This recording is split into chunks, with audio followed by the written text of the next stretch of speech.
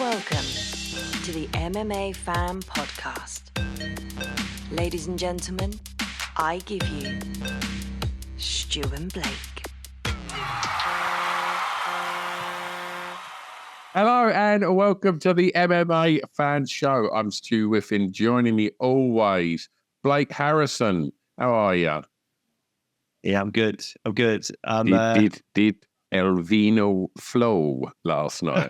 Oh boy, the Elvino, the old rum and coke. It was flowing down my gullet and getting me mighty drunk and buzzed. Wonderful. And I was in Brussels, and it was my last day filming on a show called Bookish, which I don't know when it'll be out, if I'm perfectly honest. But it's a lovely cast, lovely group of people. Finished filming, and they've still got a few days to go. But we all went out for a few drinks and stuff, and I might have got a little bit drunk and a bit worse. And also, just the last 2 nights, just very little sleep for different reasons. Yeah. One, because I got to Brussels and then the next day filmed. So I was like, got there.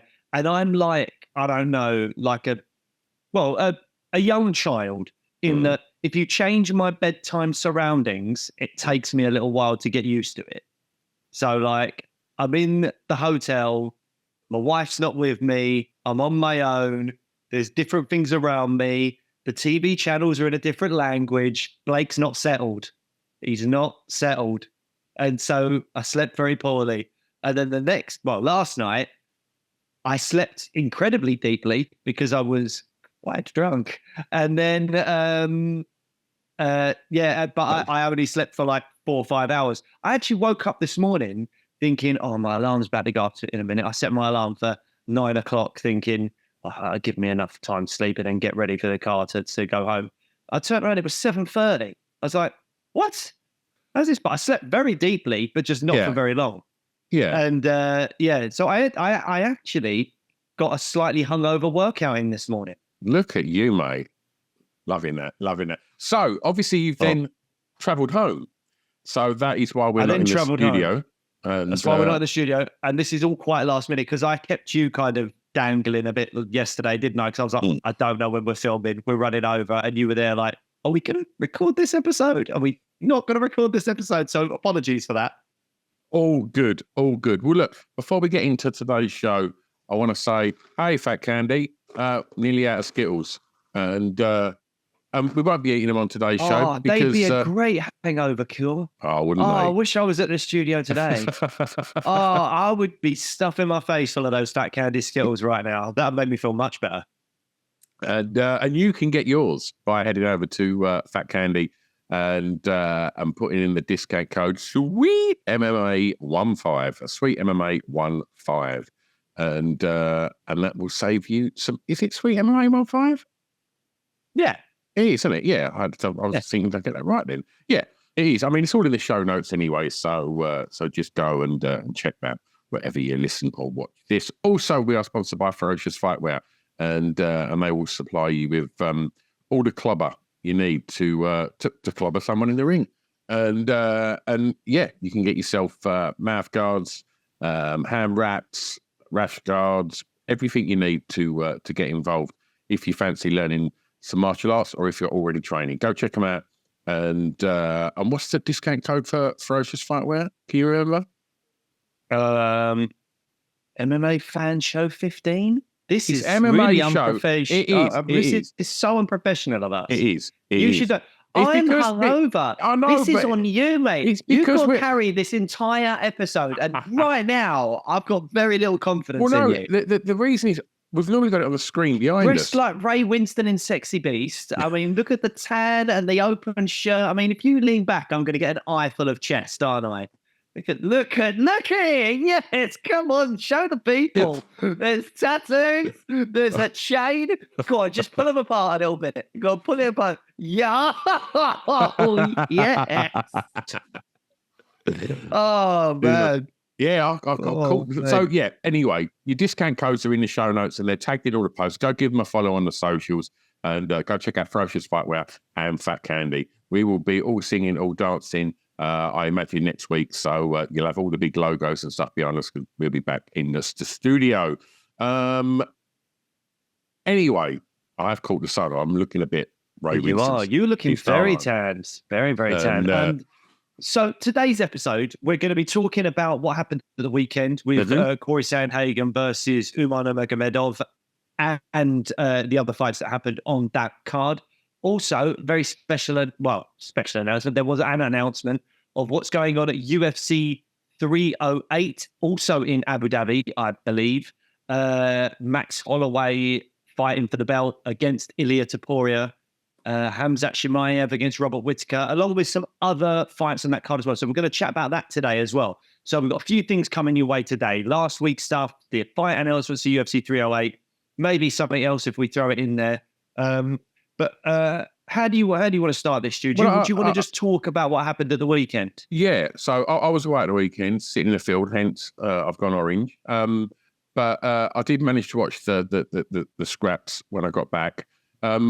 And I'll be honest with you, I did open my social media and I saw the winner of Sandhagen, Umar Nurmagomedov. And I was really surprised because I think we're both big fans of Corey Sandhagen. And I personally, I gave him maybe round one. I thought I gave the rest of the fight to Umar, and I thought it was a really solid performance from Umar. I thought we was going to see more wrestling, and we didn't. There seemed to be a hell of a lot of striking. I didn't think it was the most exciting fight. I think it was very high level. I think there's a lot of mutual respect between them. Yeah. But yeah, I'm just that. Yeah, I think I don't know. I don't know what to. He's clearly a problem, and I think he's a nightmare matchup for O'Malley. If he does choose to wrestle, maybe a little more than he did against Corey. Did you enjoy the fight? I did, but then I didn't know the result. I think knowing the result of a fight like that, really impacts your enjoyment of it. Yeah, because it was very high level. There was tension every time Umar got a takedown on, and Corey was trying to like roll out of it and all that stuff. You're like, oh, is he going to keep him down? Is he going to roll out of it? Is he going to roll into a leg lock? Is he? And then on the feet, it's two such high level guys that you were like, you could tell the mind games are happening. They were trying to set traps for each other. It wasn't quite working out. So there wasn't that all kind of like, it wasn't a brawl. It wasn't like a slugfest. It wasn't all out action, but I still found it very entertaining. But I think had I had your experience of knowing what happened beforehand, I wouldn't have enjoyed it quite so much because the tension goes. When you know the result, the tension goes. In terms of scoring the fight, I gave round one to Umar, actually, not Corey, but I gave round two to Corey. And what I think is the first two rounds maybe could have gone either way. Oh, 100%. 100%. It was tight. I felt like Umar added more in the first. I felt like Corey maybe landed a couple of good low kicks and a left hook in the second. Round three, I've put down that Corey just got nothing off. He just didn't have enough for him. And then 4, Umar, and 5, just, like Corey just, as the fight went on, Corey struggled more and more just to find something to land. And that doesn't mean that Umar got a 50-45 on one scorecard, but that doesn't tell the story of the fight. Because even though you can argue Umar won every round, he didn't win every round by like dominating or like some really wide margin. It was every round was competitive. Yeah. And but you started off by saying you were surprised. I wasn't surprised because I've always really rated Umar, but I'm such a big Corey fan, as you are. Like we love Corey. Not only have we interviewed him and he seems like such a nice, intelligent young man, but he also has got a fight style that I quite like. He can mix up the wrestling when he wants to, but let's not forget the way he knocked out Frankie Edgar, the way he knocked out Marlon Moraes. Like he's an exciting fighter, and he does great things in the octagon. So I wasn't surprised, but what it does do is it just makes you go, oh wow, Umar is something else, because there is an argument to be made that Sandhagen could be, if you put Sandhagen up against O'Malley, I think I'd pick Sandhagen. If you put Sandhagen up against Merab, maybe I'd still pick Sandhagen. I don't know. So Sandhagen has got a case that he might be the second best bantamweight in the division at the moment. But Umar got the better of him. And there might be people rolling their eyes at what I just said, because obviously he was beaten by TJ Dillashaw.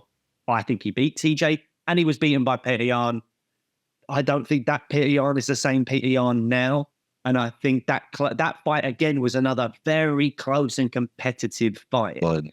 So I do think there's an argument that Corey is the second best bantamweight in the division. Not guaranteed, because there's O'Malley, there's Merab and whatever. But I think there's a case for that. And what that means is Umar is very, very, very good. And we always knew he was good. But now we've got real definitive proof, because his wins up until now have been against people, nowhere near the top 5, really. So so this really solidifies him as just really good, worthy of that Nurmagomedov name, Look, do you think, like, Dana's now looking at these divisions and seeing who are becoming champs, and thinking, right, we're getting a lot of these wrestlers that are coming through now that aren't always in the most exciting fights. Like, because do you think Umar gets the winner of Bilal Sean? Got to, on paper, right? Merab and Sean. Who did I say? Bilal. Sorry, Merab and O'Malley. Yes, I do. I don't think there's any other fight to make. I think Umar has to get. I know Davison Figueiredo, who we'll talk about in a bit, was also on the card and called for his title shot. I think Umar's ahead of him. Oh, 100%. And I think Umar. I don't think Umar needs to fight anyone else. I think he should get the shot next. But do you, regardless of who wins out of O'Malley and Merab. Because let's say that O'Malley beats Merab, okay? Yep.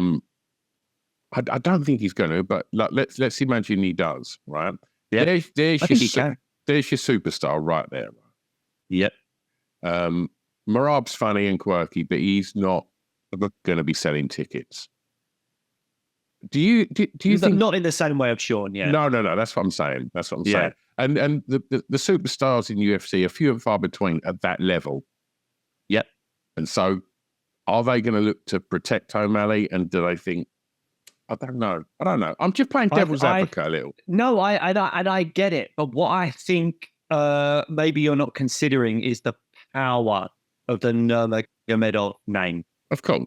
I think, and having Khabib in his corner, fighting O'Malley, and again, a win over O'Malley, you take some of that shine, don't you? When you beat the star, you become a star type thing.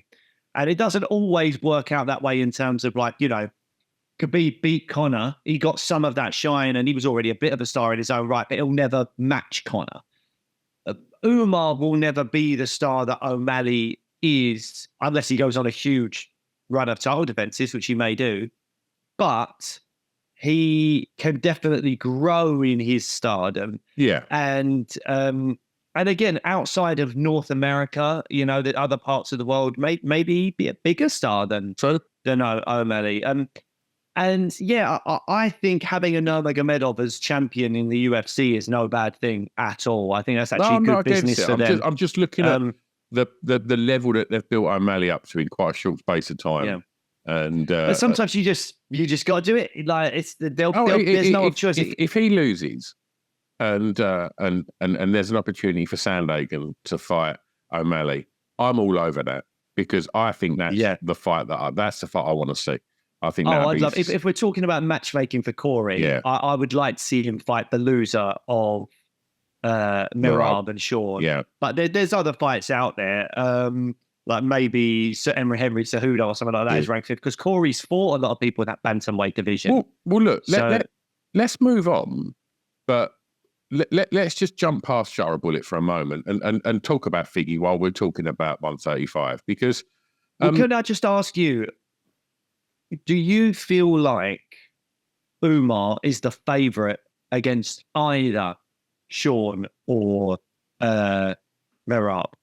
Yeah. I think he is. I think he's the favourite against either one of them. It doesn't matter who it is. Umar goes into that as the favourite.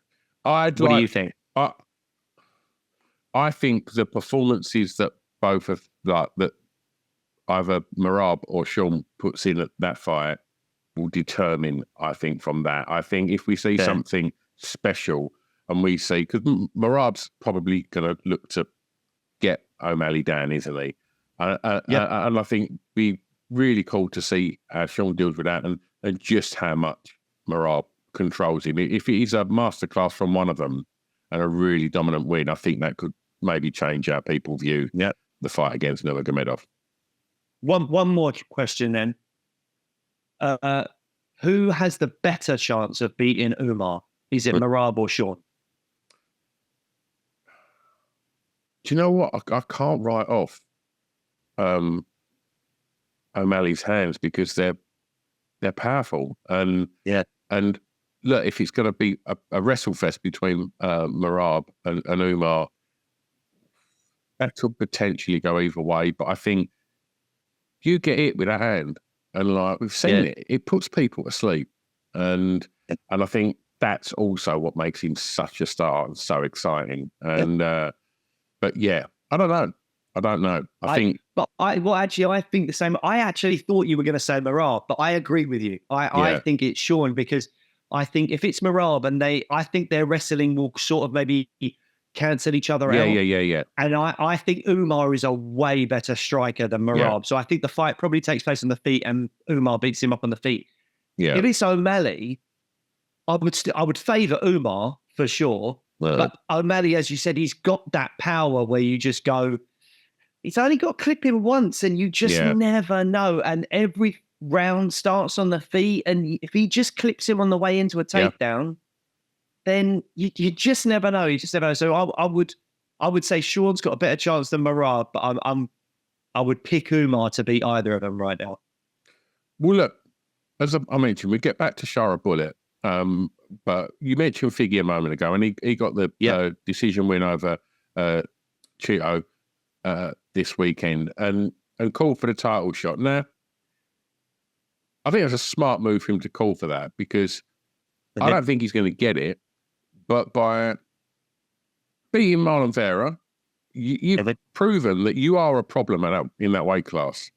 And obviously he's tried and tested in his career at a lower weight. I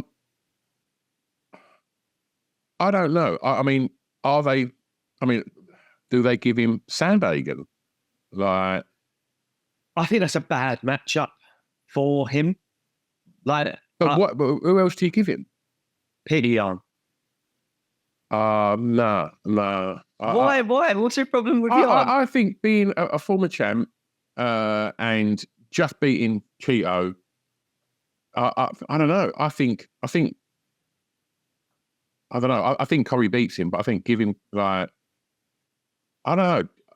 Jan's technically ranked above Corey. Where are we? Let's have a look. Jan's ranked third. Corey's ranked fourth. How is Peter Yan still ranked that high? I mean, that's a very good question because he's had one win out of four, so he shouldn't be ranked that high. You're right, but that's where he's at, rightly or wrongly. That is what is happening. But I agree, he was on a 3-fight losing streak. There's no way he should be ranked that high. Yeah, but it is what it is. Yeah, I think Figgy versus Jan is a good fight. They were both, I think, champions in their respective weight class at the same time. That adds something. I personally don't think Davison Figueiredo will be the top guys at bantamweight because I think he's too old and too small. Right. And I think if he fought a Sean O'Malley, a Merab, an Umar, a Sandhagen, people like that, I think he'd really struggle. But that is the elite of the elite at that division, so there's no shame in that.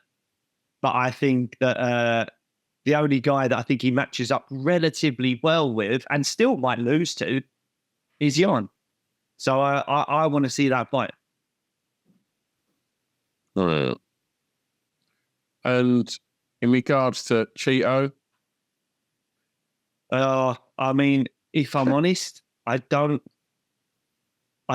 massively care. Cheeto is a fighter that can be in very, very fun fights.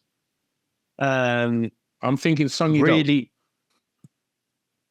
Yeah. Have they fought before? No. I don't know that they have. No, definitely not. No. Then yeah, do that. I mean, I also think you could give him Song Yudong, but you could also give him someone way further back, like give him to Jonathan Martinez or someone like that. I know Mario Bautista is going to fight Jose Aldo, but if there's, I mean, he probably should fight a ranked guy. Probably shouldn't be fighting someone outside of the rankings.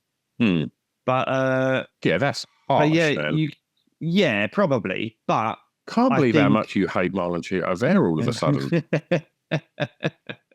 Just because you're hungover, mate, and had a lot of sleep, don't take it out on Cheeto. I'm taking it out. I'm sorry, Cheeto. I'm taking it out on you, mate. I'm hungover, and that's it. I don't care for you anymore.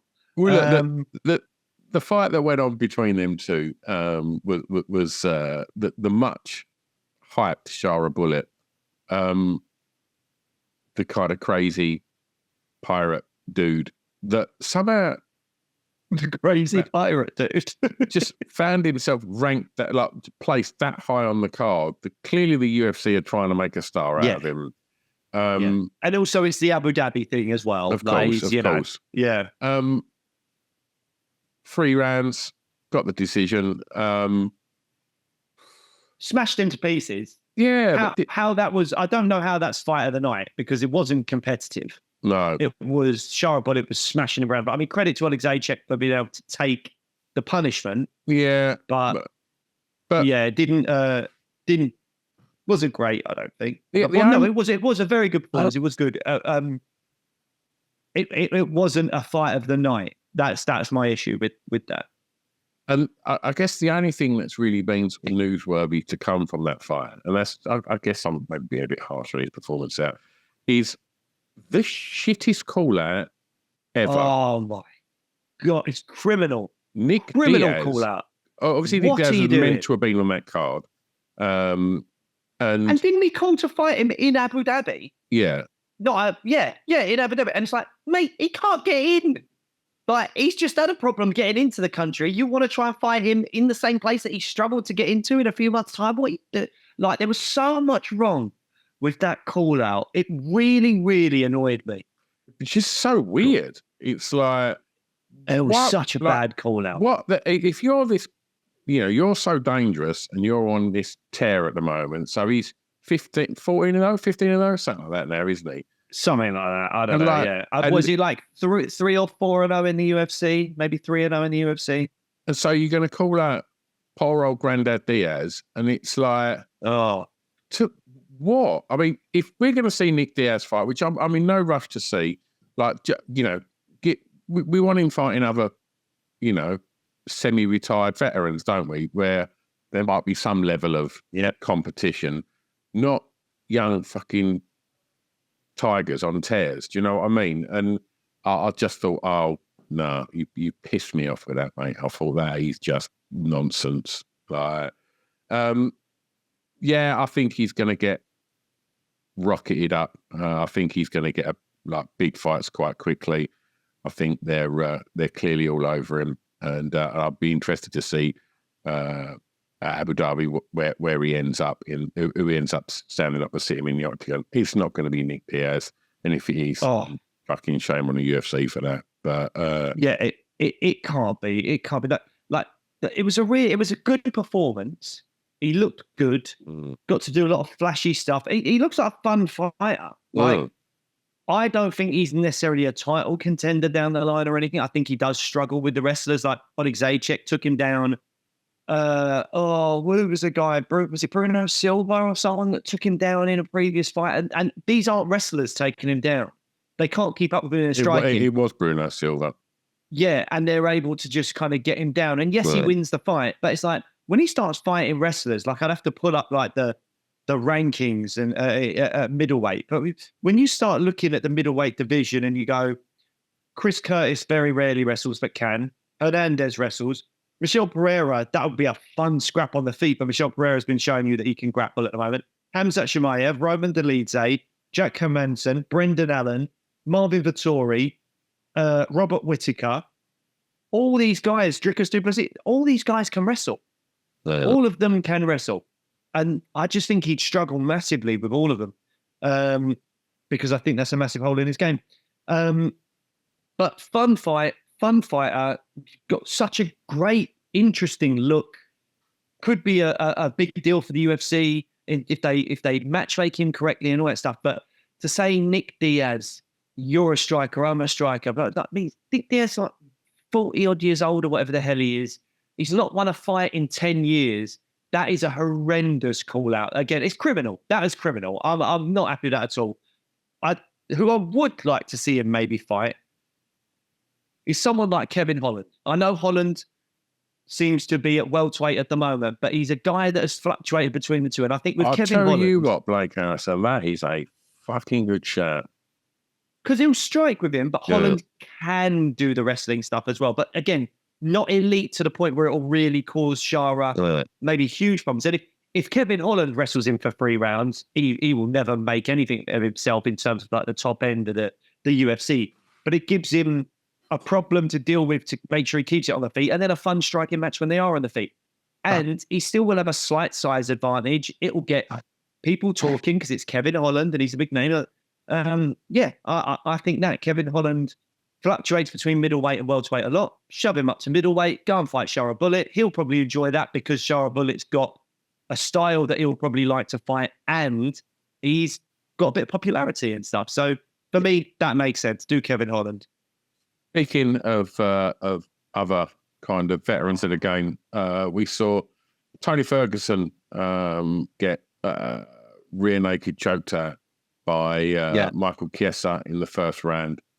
I mean, another fight that I don't think anyone really wanted to see. The crowd were loving Tony Ferguson. I mean, what's that? 7 losses in a row for Tony Ferguson there? It might be 8 now, and that might be the record. That he might have just broken the record for the UFC. Sam Alvey, I think he was on like 27 losses in a row before he got cut from the UFC. But I know you're mucking about, but genuinely, mate, which is unbelievably sad, and I'm going to have to look this up now. I believe Tony Ferguson is now the most losingest fighter. Well, most losingest makes it sound like you've just lost all your fights. But like in terms of losing streaks, I think Tony Ferguson is, let's count 1, 2, 3, 4. But yeah, he's on an 8-fight losing streak. I'm just going to have to now put in Sam Alvey. So just, tell me how you feel about Tony, the fight itself with Chiesa while I look this up. I just thought Tony looked uncomfortable. I thought Chiesa looked all right. I used to be, used to quite like watching Chiesa fight. And once he got Ferguson down, he was, he struggled a little bit, Ferguson, but I don't know. You've got your memories of Tony Ferguson being, arguably one of the best to never get the strap. And, and that fight against Khabib that we all wanted, that we almost saw like maybe 2 or 3 times. It was just, I don't know. It's just a shame to watch him. I think after just like Paddy beat him, it was like, okay, like, I don't know. Maybe he thought he could beat Chiesa. It was just a real shame to watch. And then the putting down of one, how many Sam Alvey got? So, you want me to tell you now? Yeah. So, Sam Alvey had a draw in the middle of all his losses.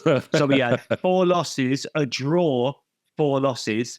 BJ Penn had 7 straight losses. Tony Ferguson is now the leader in terms of losing. You don't want to be the leader in that game, do you? 8 losses on the bounce for Tony Ferguson, and that's it. He's the leader of that. He's the losingest fighter, isn't he? The losingest fighter.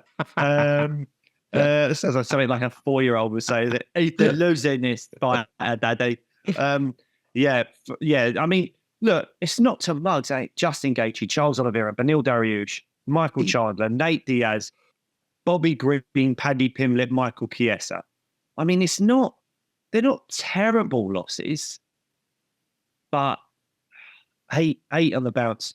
It looks like the UFC have said this is your last fight because he did that whole thing of putting down one glove in the cage. Oh, just put him down, mate. No, I know. I feel for him though because I loved Tony. He's one bonkers, of those, though, isn't he? He's bonkers. He is bonkers. He is bonkers. That's part of the charm of Tony Ferguson is that he's a bit bonkers. And I loved years ago when he was on that 12-fight win streak, Insane. and he should have been undisputed champ, or he should have at least have had a fight for the undisputed belt. He was unreal. He was unbelievable. He was cutting people open with elbows. Great jiu-jitsu. Really, really fun fighter. The Khabib fight never happened. It was booked like 3 or 4 times. It never materialized. At the time, I was thinking, Tony's the one that could cause Khabib loads and loads of problems and all this stuff. I was a sucker. I fell for it. Looking back on it now, Khabib would have just mauled him.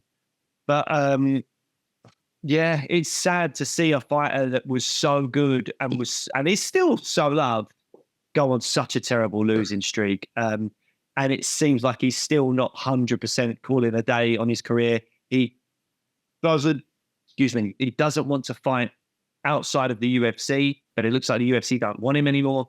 But if the right people come along and pay him enough money, I think he will fight elsewhere. He Karate could fight combat, bare knuckle, I don't know. Mohammed Makayev in power slap. He's looking for a home and no one wants him. Oh, man. I still for Mohammed Makayev at the moment. I know he's done some bad things, but mate, when the PFL just go, who? Oh, him. But the PFL don't have a division for him. There's no proper bantamweight division. There's definitely no flyweight division. Maybe it will be. We've spoken about this already, but maybe he goes away as a couple of years somewhere, really matures and sorts out all the behind the scenes stuff that's going on.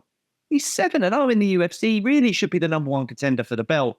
So hopefully he gets all that outside the cage stuff sorted and then comes back and does well. I'm sorry if I'm boring you, by the way, Stuart. I shouldn't be yawning. I've had a full night's sleep. Jordan Vichenik, friend of the show. Yes. Been on a few times. Just Cage Warriors legend. Got the call on, was it 8 days or something like that? Could he step in and make his UFC debut?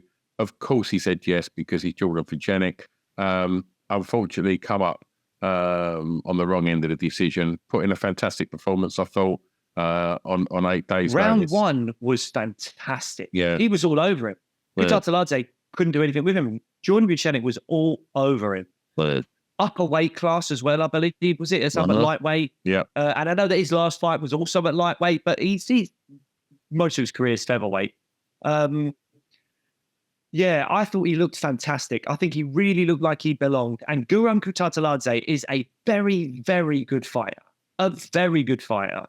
So no shame in losing to him. And to fight him on your debut and look really bloody good against him in that first round.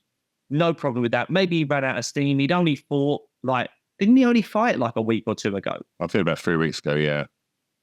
Yeah, it was the prize fighter night, wasn't it? Same, the round. Yeah, so he fought less than a month ago. And then, I think the UFC have got a really good fighter on their hands with Jordan Vichenik, and I really wish him all the best. And he'll fight someone a bit further back now, someone more, in keeping with who a debutant should be fighting in the UFC. Absolutely. And hopefully he'll do well there. Also at 155, great to see Jai Herbert get a win, and yes, which is he's top guy. He's Jai brings some good news back to Renegade.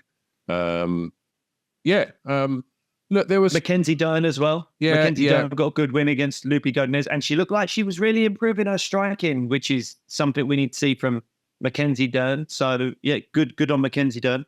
I thought the Alvarez Brenner fight was fantastic. Those knees. Yeah. Oh, Joel Alvarez is a problem. 6'3" at lightweight. Yeah. Called out King Green. I'm not sure about that because King Green only got, I don't know what his arm situation is after Paddy. Did Paddy say he snapped his arm? Or I don't know how long King Green's going to be out for, but I want to see Alvarez back in the cage ASAP, man. He's looking really good. Absolutely. Well, look, we also on this show, we wanted to sort of talk about some of the fights that have been announced, and we've seen that Max Holloway is going to be fighting Ilia Topuria. I mean, that's the fight we all want, right? My God, I am so excited. I'm trying to think, is there a fight I want more in the UFC? I'm taking Jones Aspinall out of the equation because I don't think that's going to happen ever. But other than Max versus Ilya, you got Arman versus Islam. Ilya Max is a bit more special. Murad versus Sean is fun, but Ilya Max does it more for me. Nothing fight has close. So much. Nothing gets close. Nothing gets close. Yeah, I think you're probably right. I don't think. I mean, Adesanya Dricus will be good because they hate each other. But yeah, Max and Ilya just a high level, great mixed martial arts with stars. But yeah, it's got everything. I absolutely love that fight so much. What a fight that's going to be. I cannot. Yeah, and it's happening in Abu Dhabi, not in Spain or anywhere like that. But oh man, yeah, that to me is absolutely fantastic. Maybe that is the best fight the UFC can put on at the moment. I love Max Holloway. What we saw in that last fight just cemented that he's one of the best to ever do it, and just an absolute gangster. But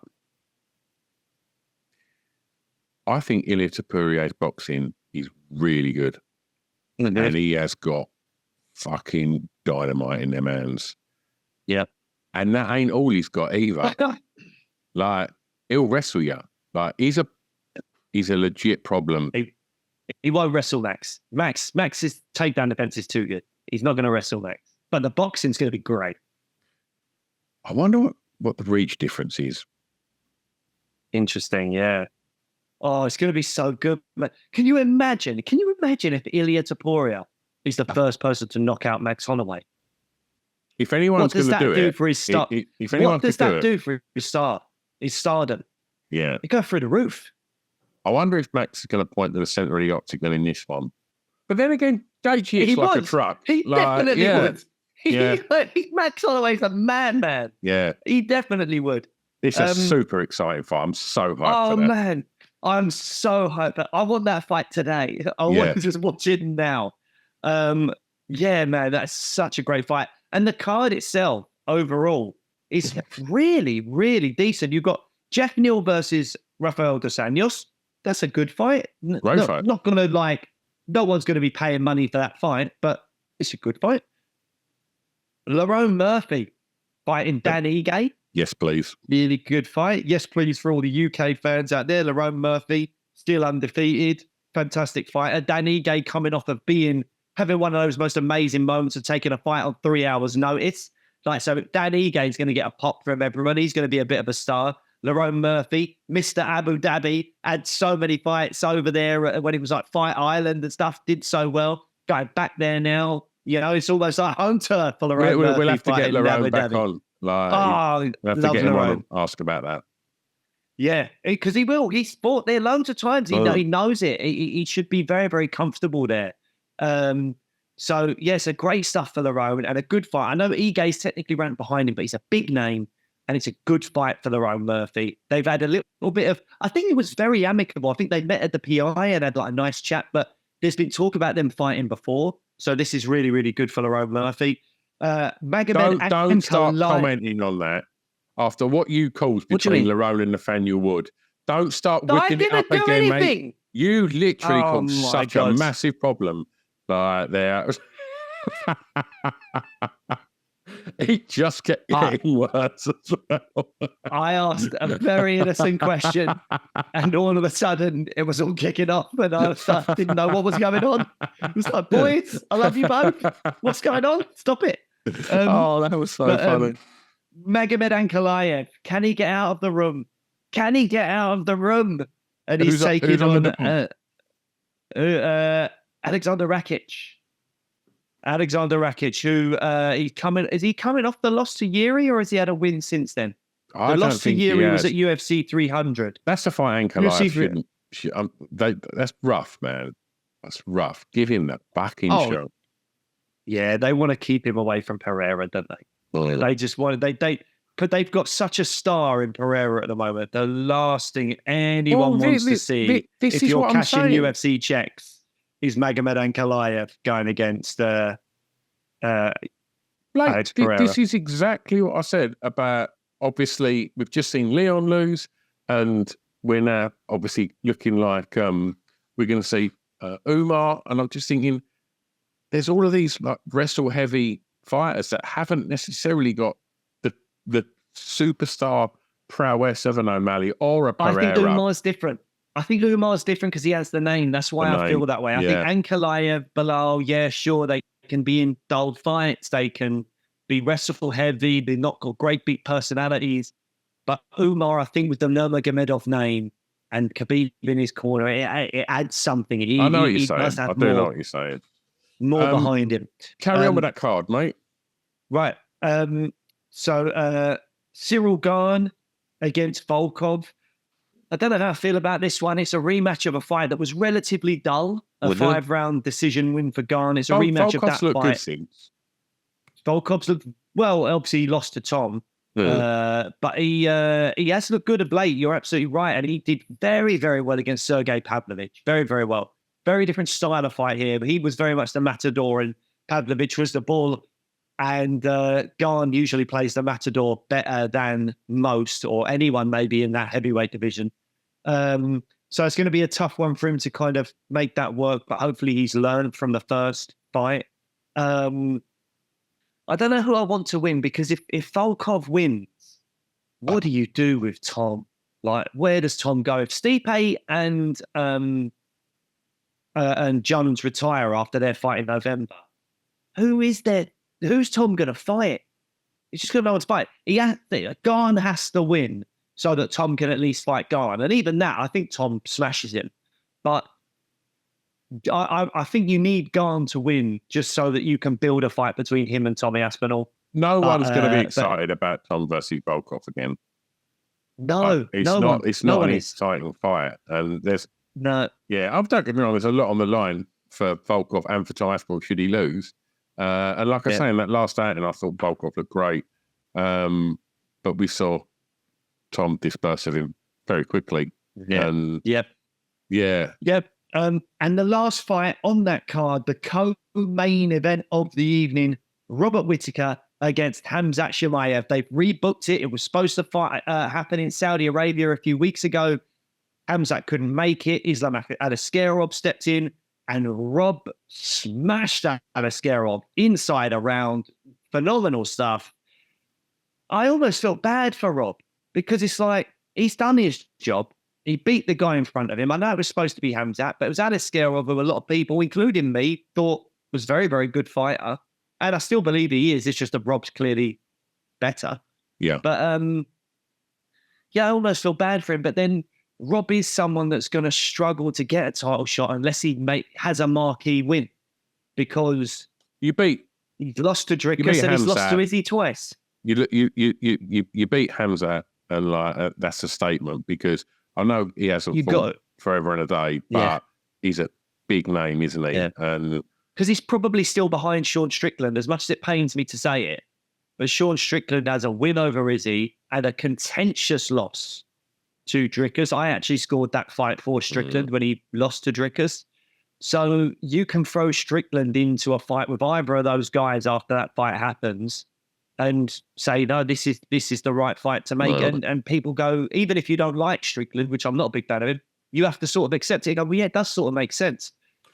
If Rob Whittaker beats Khamzat, Khamzat wins, he's getting shot.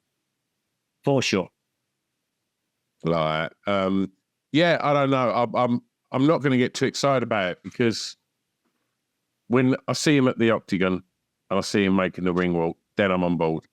Up until then, I don't know. So much sketchiness around Chimaev. You know, we've seen major weight issues in the past, and obviously illness last time. And I'm not saying there's anything wrong there. He was ill. But I don't know. I can't even imagine. When was the last fight? How long ago was that? Can't even imagine. Was it the Kamaru Usman fight, his first fight up at middleweight. I reckon Was that the Usman fight. must have been that. Was that October last year? Let's have a look. Something like that. I feel like it might have been October last October. Yeah. So I mean, it's not, well, by the time this rolls around, it'll be like an entire year since his fought, won't it? Yeah. But I think a win for Chimaev and he gets the title shot. And I want to see it. I want to see him fight Dricus. I want to see him fight Izzy. And yeah, all of that would be great. I'd love it. But just the UFC would probably be record, right? Yeah. It's not that impressive. Like, so yeah, he's got a win over Usman, right? A win over Kevin Holland. Like, there's a lot of people in that division that got a win over Kevin Holland. Yeah. Win over Gilbert Burns, decision. Li Jingliang. Yeah. I mean, that was impressive. I mean, I think it's about the manner in which he's done it. And then Reece McKee. It's like...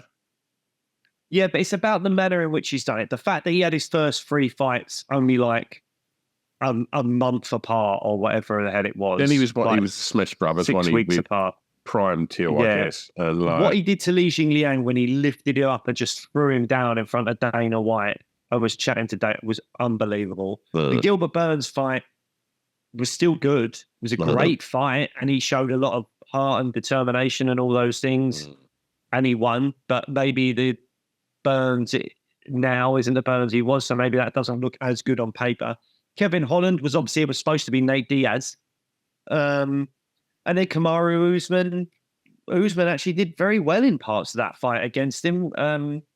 So yeah, no, you're right. Maybe it's not some uber impressive CV, but I think what you have to take into consideration is the manner in which he won a lot of those fights was so devastating and so one-sided that the resume, there's more to it when you actually look into the fights than just looking at the names on the sheet. Because the manner in which he won a lot of those fights was incredibly impressive. Yeah. And if he beats Robert Whittaker, even if he does it by a split decision, that's enough for me because Rob's so good. If he wins by split decision against Rob, that's it. Title shot for me. Absolutely. Absolutely. All right. Well, I think that's all she wrote today. I'm going to go and jump back on this sunbed. And and I've gone full Essex now, haven't I? Like this is the colour I'm meant to be living in Essex. But yeah, all right. Well, look, we'll be back next time. I think we're gonna try and reach out to some of the fighters maybe that fought at Manchester that are friends of the show and have a little catch up with some of them and find out what's been going on there. We're going to stick some little messages out and have a catch up with a couple of them, and then we've got a lot of stuff to look forward to as well, and I'm sure we will be talking about it all and more. We'll see you next time. Bye.